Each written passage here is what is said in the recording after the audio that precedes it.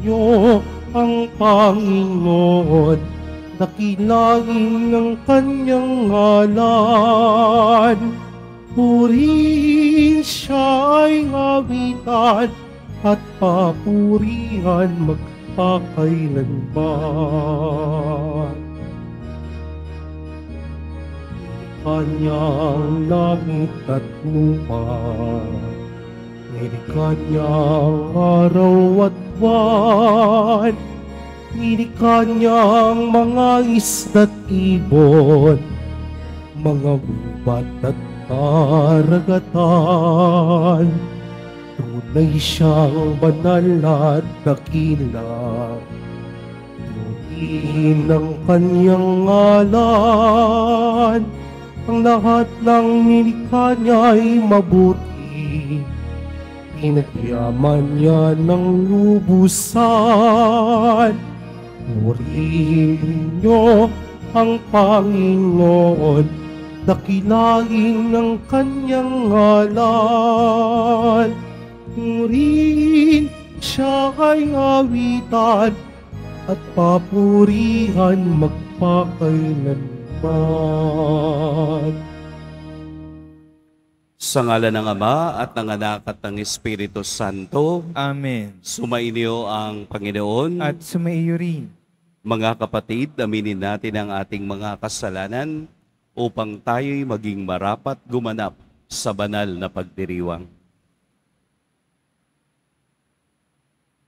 Tayo pong lahat, inaamin ko sa makapangyarihang Diyos At sa inyo mga kapatid, na lubha akong nagkasala sa isip, sa salita at sa gawa, at sa aking pagkukulang. Kaya isinasamo ko sa mahal na Birheng Maria, sa lahat ng mga anghel at mga banal, at sa inyo mga kapatid, na ako'y ipanalangin sa Panginoong ating Diyos. Kaawaan tayo ng makapangyarihang Diyos, patawarin tayo sa ating mga kasalanan, at patnubayan tayo sa buhay na walang hanggan. Amen. Panginoon, kaawaan mo kami. Panginoon, kaawaan mo kami. Kristo, kaawaan mo kami. Kristo, kaawaan mo kami. Panginoon, kaawaan mo kami. Panginoon, kaawaan mo kami. Manalangin tayo.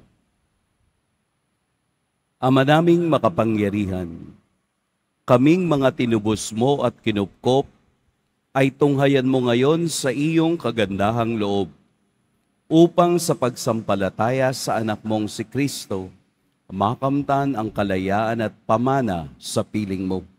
Sa pamamagitan niya, kasama ng Espiritu Santo, magpa sa walang hanggan. Amen.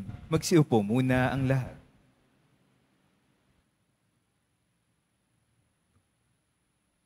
Pagbasa mula sa unang sulat ni Apostol San Pablo sa mga taga-Korinto. Mga kapatid, alam nating may kaalaman tayong lahat. Ang gayong kaalaman ay nagbubunsod sa tao upang magpalalo, ngunit ang pag-ibig ay nakapagpapatibay. Ang nag-aakalang may nalalaman siya ay hindi pa nakaalam ng dapat niyang malaman. Ngunit kilala ng Diyos ang umiibig sa Kanya. Tungkol sa mga pagkain inihandog sa Diyos-Diyosan, alam nating walang kabuluhan ang mga Diyos-Diyosan at iisa lamang ang Diyos. Bagamat may sinasabing ang Diyos sa langit o sa lupa, at maraming tinatawag na mga Diyos at mga Panginoon, sa ganang akin ay iisa lamang ang Diyos, ang Ama na lumikha ng lahat ng bagay, at tayo nabubuhay para sa Kanya. Iisa ang Panginoon, si Jesucristo, at sa pamamagitan niya'y nilikha ang lahat ng bagay, at sa pamamagitan din niya'y nabubuhay tayo. Subalit hindi lahat ng nakaalam nito may ilang nahirati sa pagsamba sa Diyos-Diyosan. Kaya't hanggang ngayon, kapag kumakain sila ng ganitong pagkain, ang akala nila'y handog pa rin sa Diyos-Diyosan ang kanilang kinakain. Palibhasa'y kulang ang kanilang kaalaman, nababagabag ang kanilang kalooban sa pag-aakalang sila'y nagkakasala. Kaya't dahil sa inyong kaalaman ay napapahamak ang kapatid ninyong mahina pa at naging dahilan ito ng kamatayan ni Kristo. Sa gayon, nagkakasala kayo kay Kristo sapagkat ibinunsod ninyo sa pagkakasala ang iyong kapatid at itinanim sa kanyang isipan ang maling paniniwala. Kaya kung dahil sa pagkain ay nagkakasala ang aking kapatid, hindi na ako kakain ng karne upang di siya magkasala. Ang salita ng Diyos. Salamat sa Diyos. Poon ako ay samahan sa buhay na walang hanggan. Poon ako ay samahan sa buhay na walang hanggan. Ako ay iyong siniyasat, batid mo ang aking buhay. Ang lahat kong lihim poon, tiyak mong nalalaman. Ang lahat ng gawain ko sa iyo ay hindi lingid. Kahit ikaw ay malayo, batid mo ang aking isip. Ako ay iyong nakikita, gumagawa o hindi man. Ang lahat ng gawain ko ay pawang iyong nalalaman. Poon ako ay samahan sa buhay na walang hanggan. Ang anumang aking sangkap, ikaw ay Diyos ang lumikha. Sa tiyan ng aking inay, hinugis mo akong bata. Pinupuri kita, O Diyos, marapat kang katakutan. Ang lahat ng gawain mo ay kahanga-hangang tunay. Poon ako ay samahan sa buhay na walang hanggan. O Diyos, ako'y siyasatin, alamin ang aking isip. Subukin mo ko ngayon kung ano ang aking nais. Kung ako hindi tapat, ito iyong nababatid. Sa buhay na walang hanggan, samahan mo at ihatid. Poon ako ay samahan sa buhay na walang hanggan. Magsitayo po ang lahat.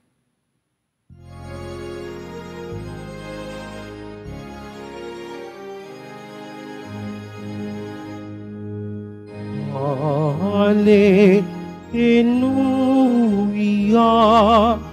Hallelujah,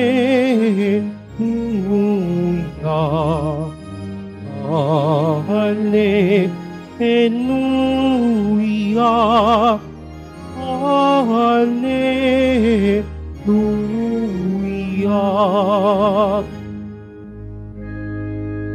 Sa pagmamahalan natin, ang Diyos ay ating kapiling, pag-ibig niya'y lublubusin. Hallelujah, Hallelujah, Hallelujah, Hallelujah.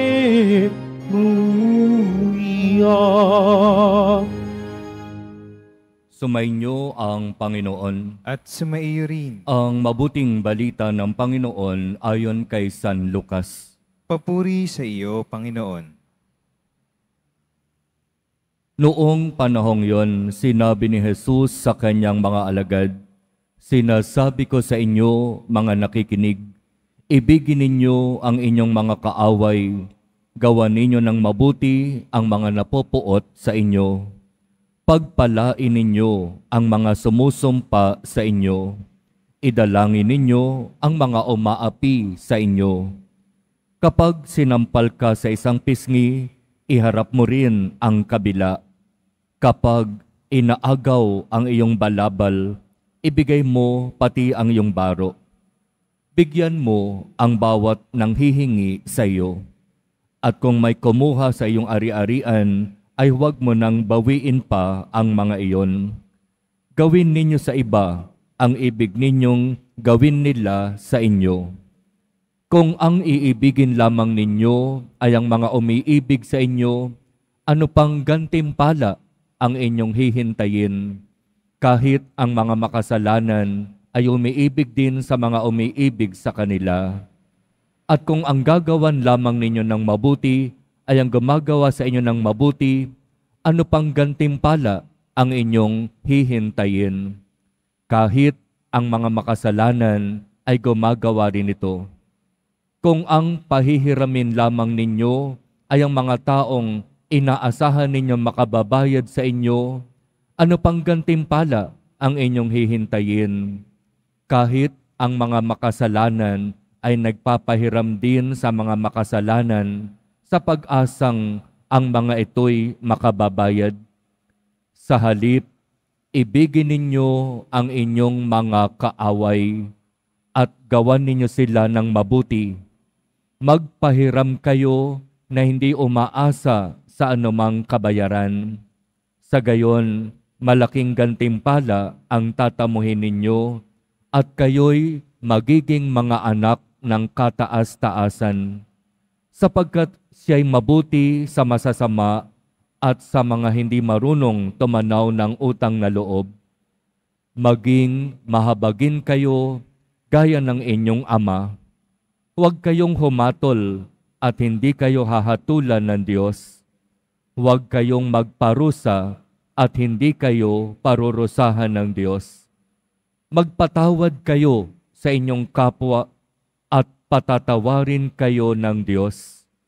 Magbigay kayo at bibigyan kayo ng Diyos.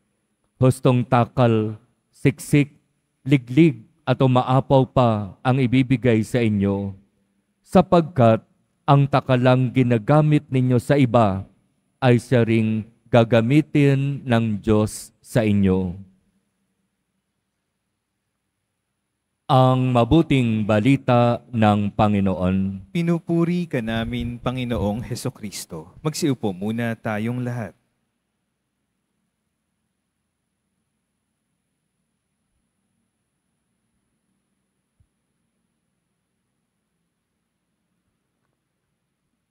Sa ngalan po ng kasama kong pari sa altar, si Father Vincentico Flores Jr. mula sa Diocese ng Antipolo, magandang umaga po sa lahat. Kasama yung kanyang mga parishioner, no? Na susundo po sila dun sa pagdalaw ng kanilang imahen dito sa ating dambana. Ang ebanghelyo po ngayon ay kakaiba. Kung inyong narinig, sino po sa inyo ang handang magpasampal ngayon? Parang wala, ano? Sino sa inyo ang gustong ibigay yung suot ninyong damit? Siguro wala. Kasi ang batayan ng tao, pag siya ay naaargabyado, gaganti.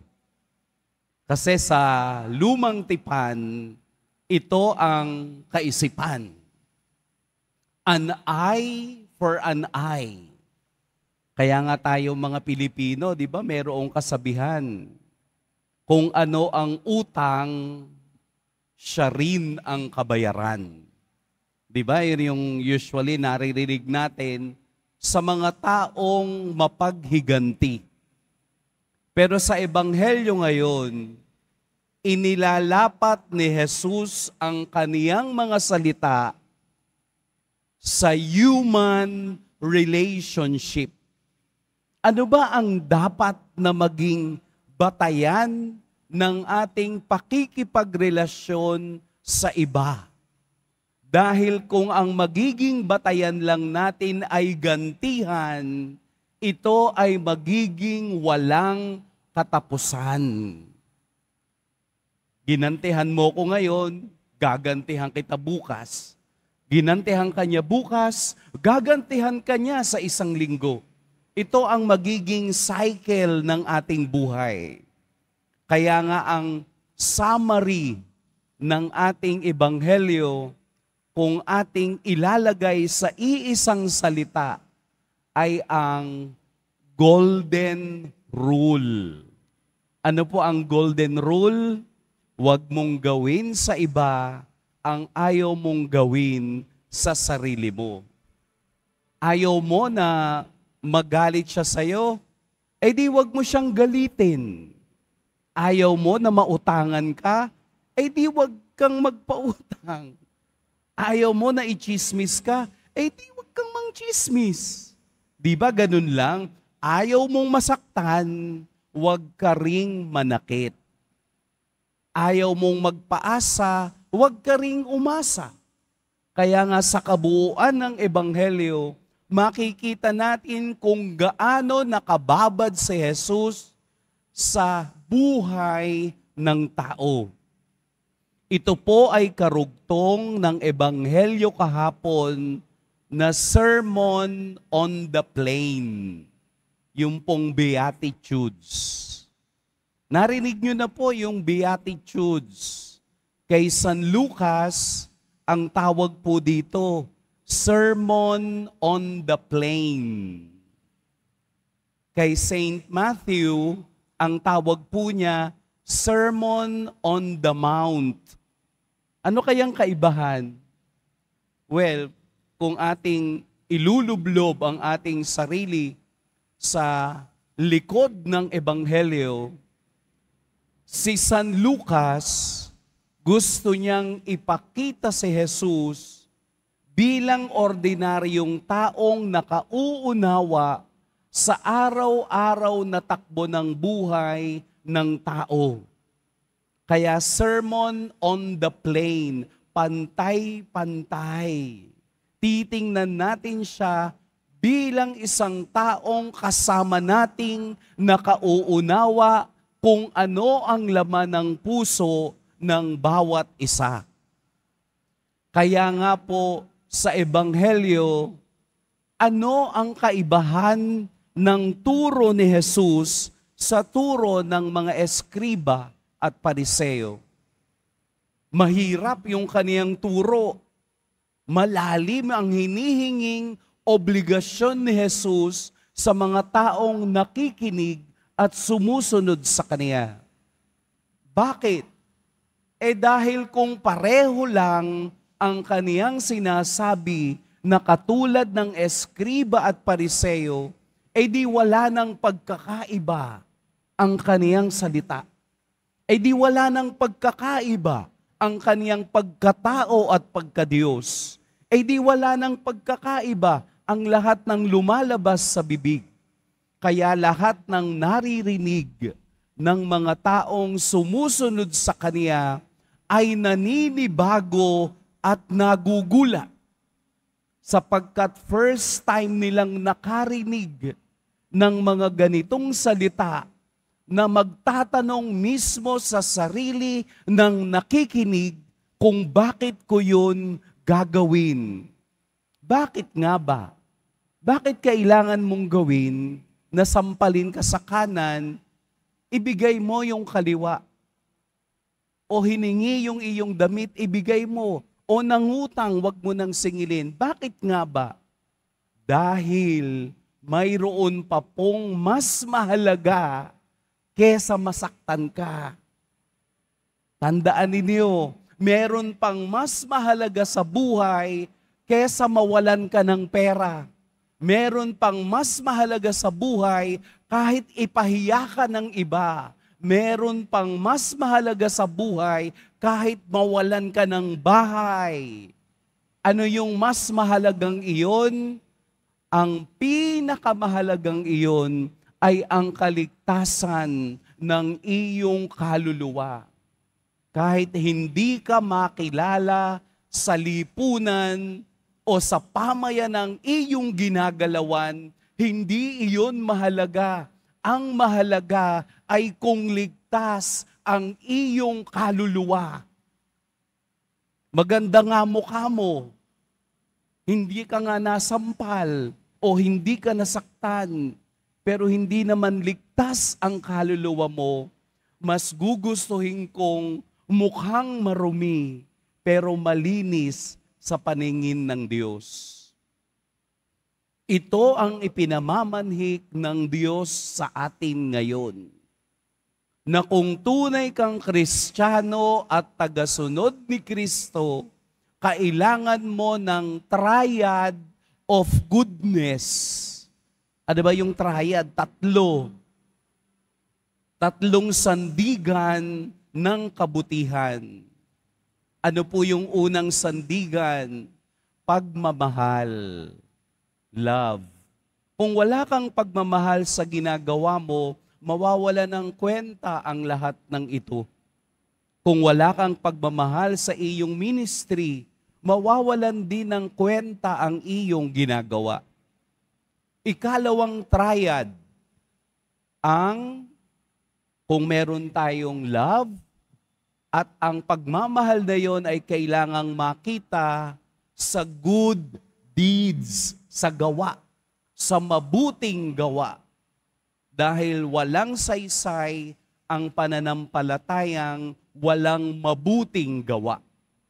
At ang ikatlo, kung nagmamahal ka sa Diyos at gumagawa ka ng tama, dadalhin mo ito sa iba or helping others.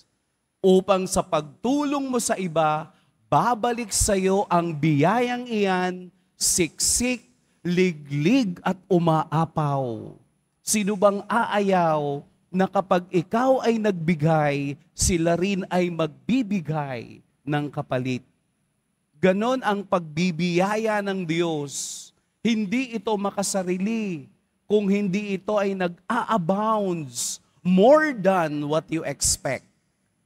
Kaya po sa Ebanghelyo ngayon, lagi nating iisiping ang Diyos ay palaging magbibigay ng sorpresa sa mga taong sumusunod sa kaniyang salita at ginagawa ang lahat ng ito sa pagbabahagi sa ating kapwa.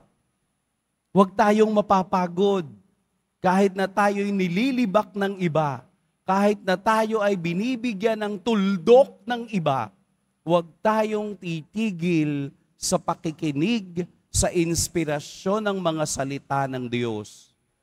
Kung ikaw ay naantig sa ating ebanghelyo, tama lang yun. Dahil kung hindi tayo maaantig, wala tayong pagkakaiba sa mga taong masasama. Sapagkat ang tunay na pagkaantig sa salita ni Jesus ay nangangahulugang nakikinig ka at isinasa puso mo ang kaniyang mga biyaya. Kaya tatanggapin lang natin ang pagbibiyaya ng Diyos kung tayo'y sumusunod at nakikinig sa Kaniya. Amen? Mag-iingat po kayo ngayong araw, pagpalain tayo ng poong may kapal.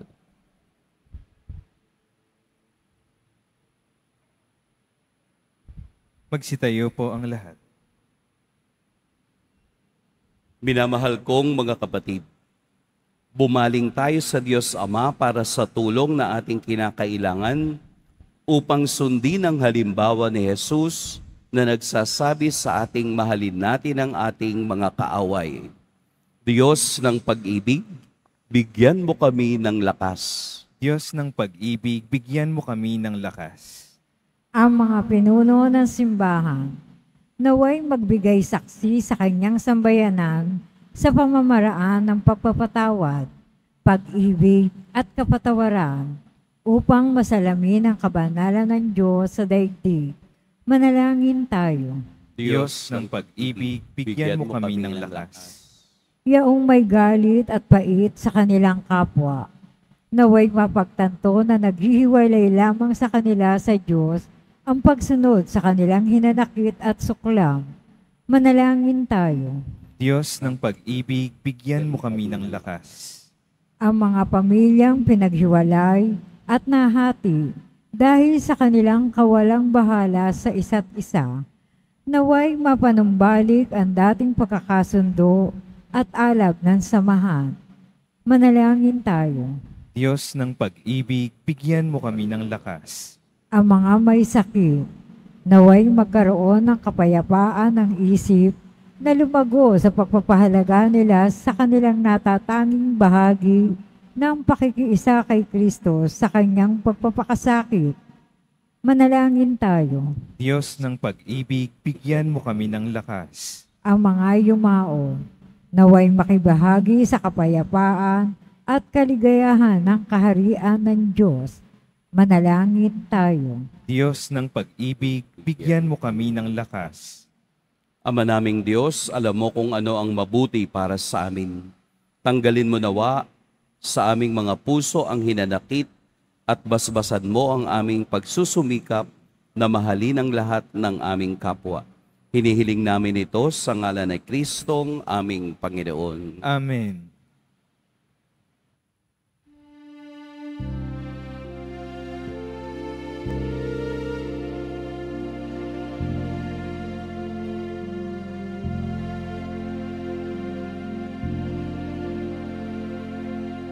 Itong tinapay at alak na mula sa'yo, hinihain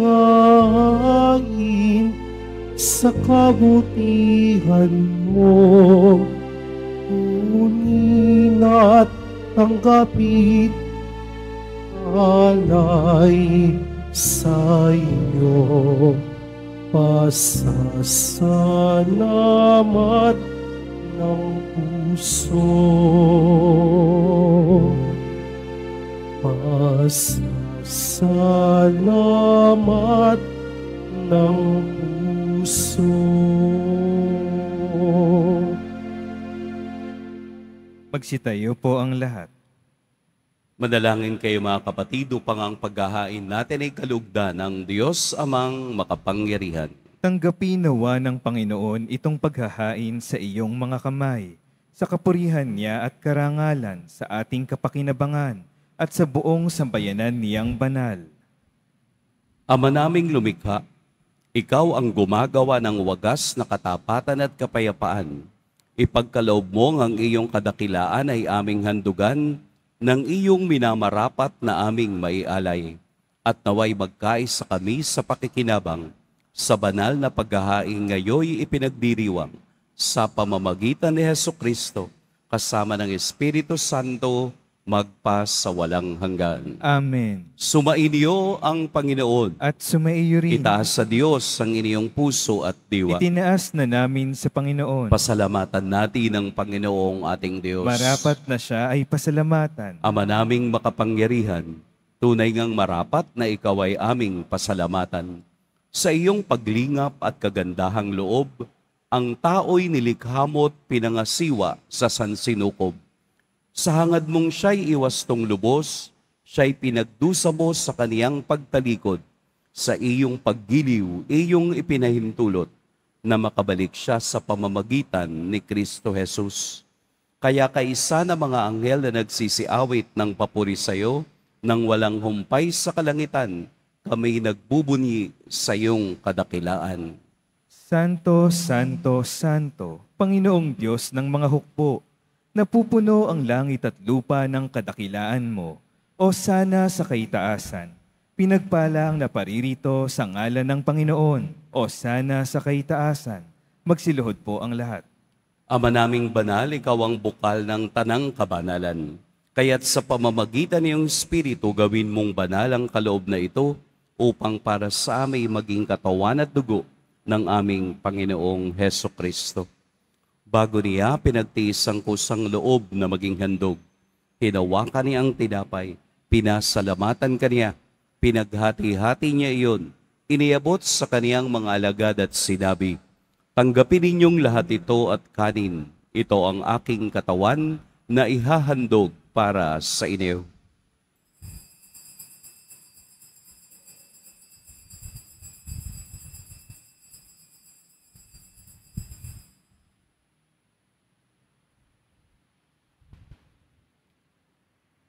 Gayun din naman noong matapos ang hapunan, hinawakan niya ang kalis, muli kaniyang pinasalamatan, inabot niya ang kalis sa kaniyang mga alagad at sinabi, "Tanggapin ninyong lahat ito at inumin, ito ang kalis ng aking dugo, ng bago at walang hanggang tipan, ang aking dugo na ibubuhos para sa inyo at para sa lahat, sa ikapagpapatawad ng mga kasalanan. Gawin ninyo ito sa pag-alala sa akin."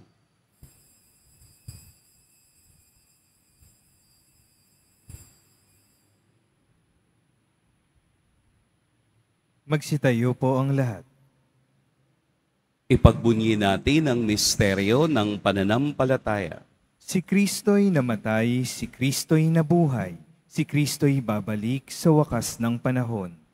Ama, ginagawa namin ngayon ang pag-alala sa pagkamatay at muling pagkabuhay ng iyong anak.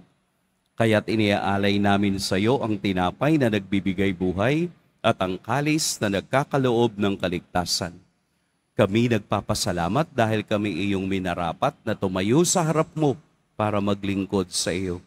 Isinasamo namin kaming magsasalo-salo sa katawan at dugo ni Kristo ay mabuklod sa pagkakaisa sa pamamagitan ng Espiritu Santo.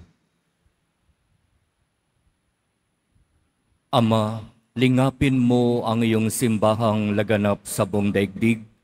Puspusin mo kami sa pag-ibig kaysa ni Francisco na aming Papa at ni Jose na aming Obispo at ng Tanang Kaparian.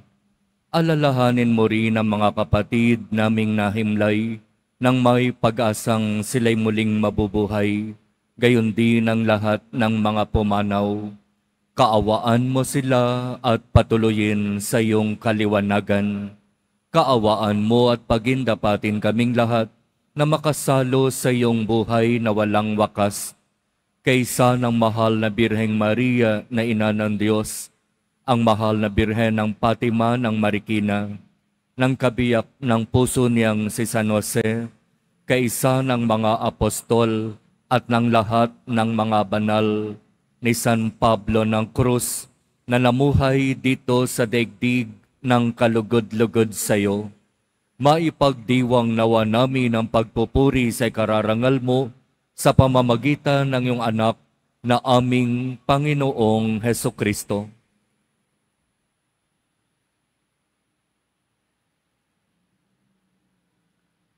Sa pamamagitan ni Kristo, kasama niya at sa Kaniya, ang lahat ng parangal at papuri sa iyo, Diyos, Amang makapangyarihan, kasama ng Espiritu Santo, magpa sa walang hanggan. Amen.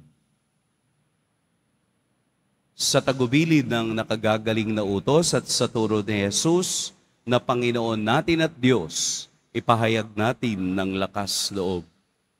Ama namin, sumasalangit ka. Sambahin ang ngalan mo. Mapasa amin ang kaharian mo. Sundin ang loob mo dito sa lupa para ng sa langit. Bigyan mo kami ngayon ng aming kakanin sa araw-araw at patawarin mo kami sa aming mga sala para ng pagpapatawad namin sa nagkakasala sa amin. At huwag mo kaming ipahintulot sa tukso at iadya mo kami sa lahat ng masama. Hinihiling namin kami iadya sa lahat ng masama. Pagkalooban ng kapayapaan araw-araw, iligtas sa kasalanan at ilayo sa lahat ng kapahamakan. Samantalang aming pinananabikan ang dakilang araw ng pagpapahayag ng tagapagligtas naming si Hesukristo. Sapagkat iyo ang kaharian at ang kapangyarihan at ang kapurihan magpakailanman. Amen. Panginoong Hesukristo, sinabi mo sa iyong mga apostol, kapayapaan ang iniiwan ko sa inyo, ang aking kapayapaan ang ibinibigay ko sa inyo. Tunghayan mo ang aming pananampalataya at wag ang aming pagkakasala. Pagkalooban mo kami ng kapayapaan at pagkakaisa ayon sa iyong kalooban, kasama ng Espiritu Santo, magpa sa walang hanggan. Amen. Ang kapayapaan ng Panginoon naway laging sumainyong lahat. At sumaiyo rin. Magbigayan kayo ng kapayapaan sa isa't isa. Peace be with you. Peace be with you. Kordero ng Diyos na nag-aalis ng mga kasalanan ng sanlibutan, maawa ka sa amin. Kordero ng Diyos na nag-aalis ng mga kasalanan ng sanlibutan, maawa ka sa amin. Kordero ng Diyos na nag-aalis ng mga kasalanan ng sanlibutan, ipagkaloob mo sa amin ang kapayapaan. Magsiluhod po ang lahat.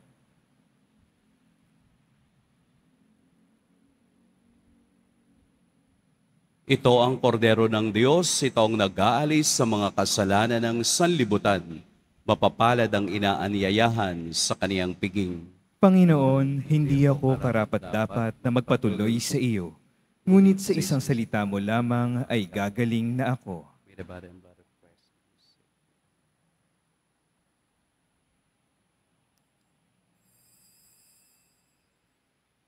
Para sa lahat ng tatanggap ng banal na komunyon, sasagot po tayo ng amen pagkasabi ng pari o ng lay minister ng katawan ni Kristo. Isubo agad sa bibig bago umalis sa harapan ng pari o lay minister. Sumunod po tayo.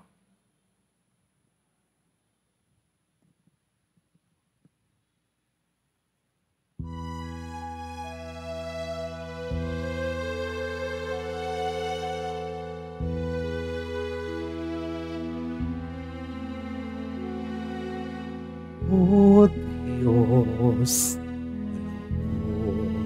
ika'y naririto.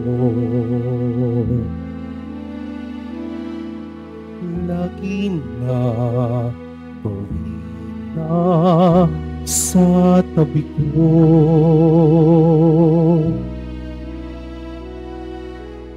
Sa kapahamakan, iniligtas ako sa buhay na walang hanggan.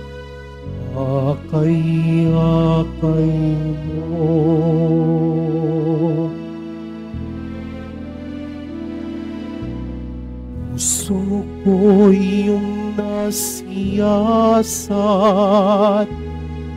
batid mo ang lahat-lahat. Ang aking mga panulungo at ang aking mga pagtayo. Kamay ko'y lagi mong tangan, kahit sa bingit ng kamatayan. Yakap mo ako sa iyong bisig, kanlungan ko ang iyong pag-ibig. O Diyos, alam kong ika'y naririto. Lagi na tuwina sa tabi ko. Sa kapahamakan, iniligtas ako sa buhay na walang hanggan. Akay-akay mo. Sa buhay na walang hanggan, akay-akay mo.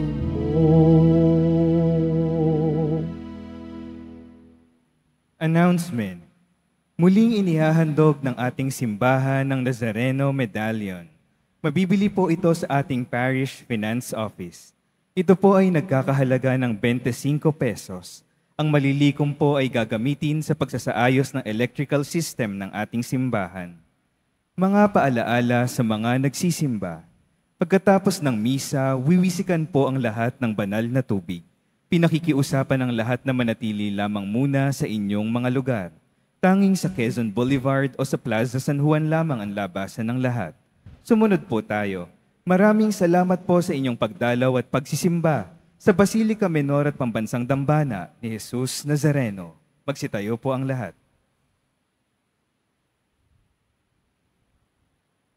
Manalangin tayo. Ama naming mapagmahal, kaming pinapagsalo mo sa iyong salita at piging na banal, ay iyong pinalalakas at iyong binubuhay. Pagindabatin mong kami makapakinabang sa buhay ng iyong anak, na para sa aming sarili niya ang alay bilang aming tagapamagitan, kasama ng Espiritu Santo, magpa sa walang hanggan. Amen. Bago po ibigay ang huling pagbabasbas, atin pong dadasalin ang panalangin sa paglisan ng mga imahe ni San Pablo de la Cruz at Nuestra Señora de Fatima de Marquina.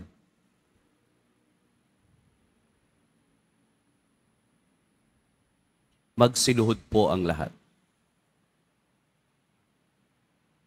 O mahal na San Pablo de la Cruz at Nuestra Señora de Fatima de Marquina, ang aming mga puso ay pudo ng pasasalamat dahil pinili mong manatili sa amin ng isang linggo. Nagpapasalamat kami sa ating Ama sa langit sa pagpapaalam sa amin ng iyong buhay, misyon, mga pakikibaka at lubos na pagmamahal sa pasyon at kamatayan ni Hesukristo na naging pangunahing motibasyon at pinagbulan ng inyong lakas sa pagsasabuhay ng tungkuling ipinagkatiwala ng Diyos sa inyo. Sa paglisan ng inyong mga peregrinong imahen sa aming simbahan, hinihiling namin sa inyo na manatili sa amin habang kami ay nagsusumikap na pasanin ang krus ng aming buhay. Partikular na ang itinalaga sa amin ng Panginoon.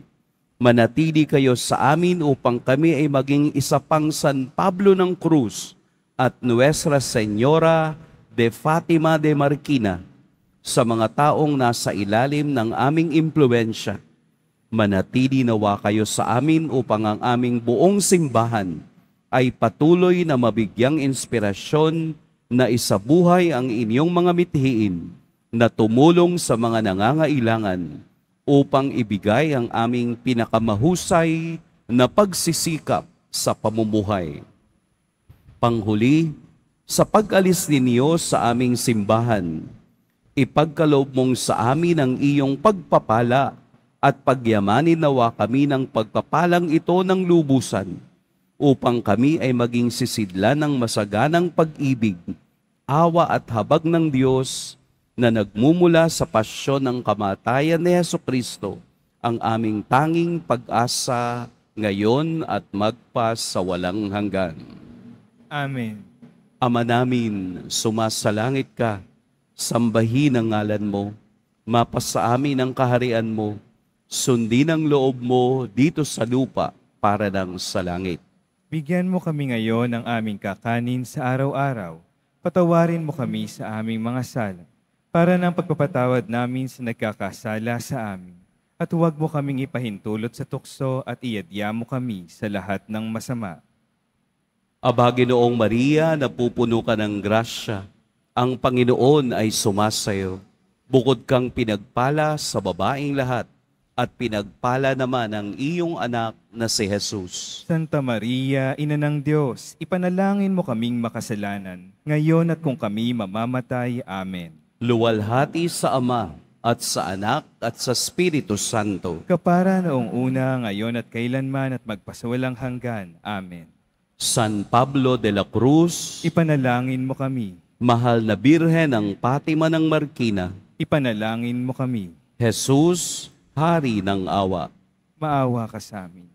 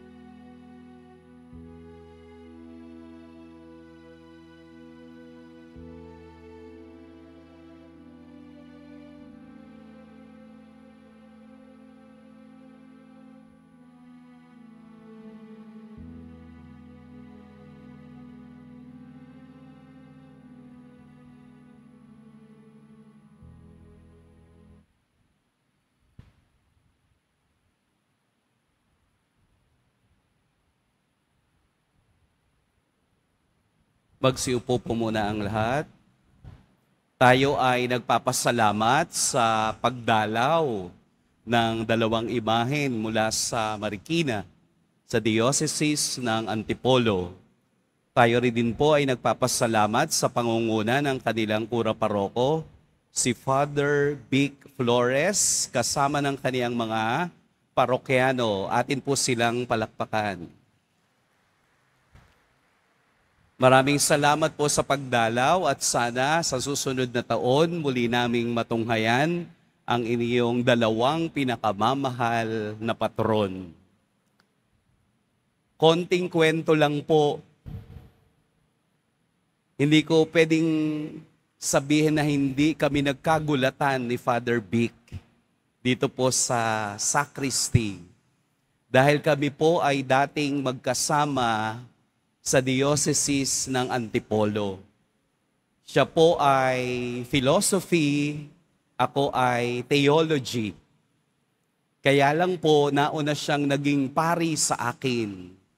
Kasi po siya po ay mas mabait kesa sa akin.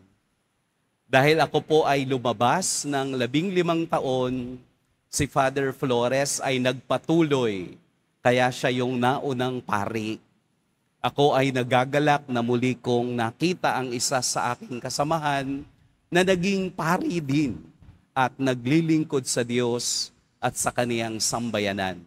Maraming salamat, Father Vic, sa iyong presensya at nawa ay isama mo kami sa iyong panalangin na maging banal sa harapan palagi ng Diyos. Amen. Magsitayo na po ang lahat. Sumainyo ang Panginoon. At sumaiyo rin. Yumuko kayo para sa pagbabasbas.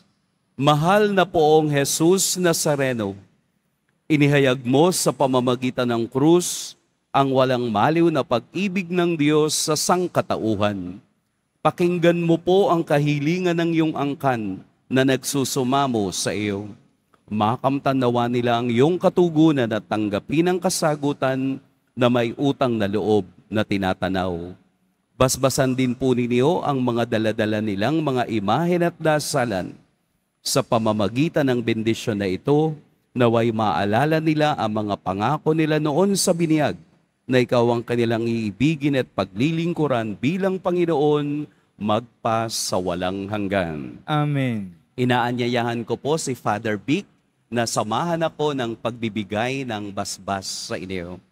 At pagpalain kayo ng makapangyarihan at mapagmahal na Diyos, ang Ama at Anak at Espiritu Santo. Amen. Tapos na ang ating pagdiriwang, humayo kayong taglayang kapayapaan ng poong Jesus Nazareno. Salamat sa Diyos.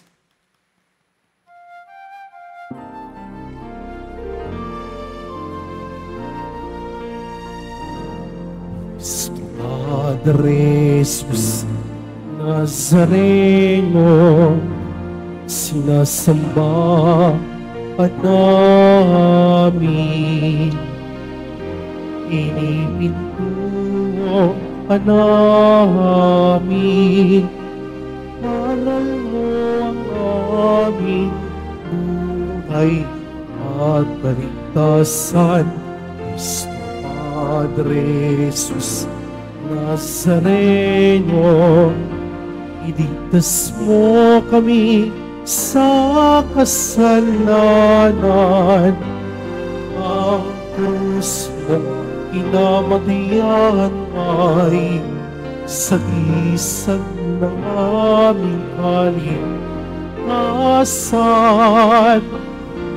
Nuestro Padre Jesus Nazareno, dinarangal ka namin. Nuestro Padre Jesus Nazareno, luwalhati namin.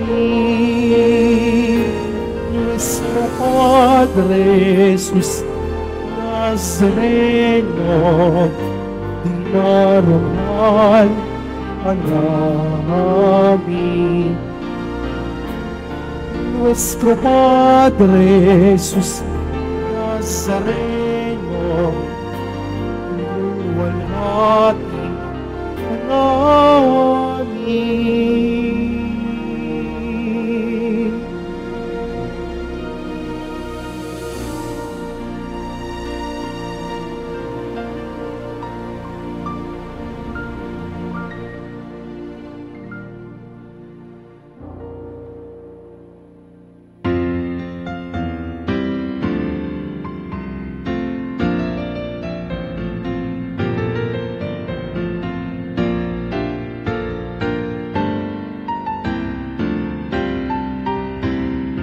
Viva la Virgen,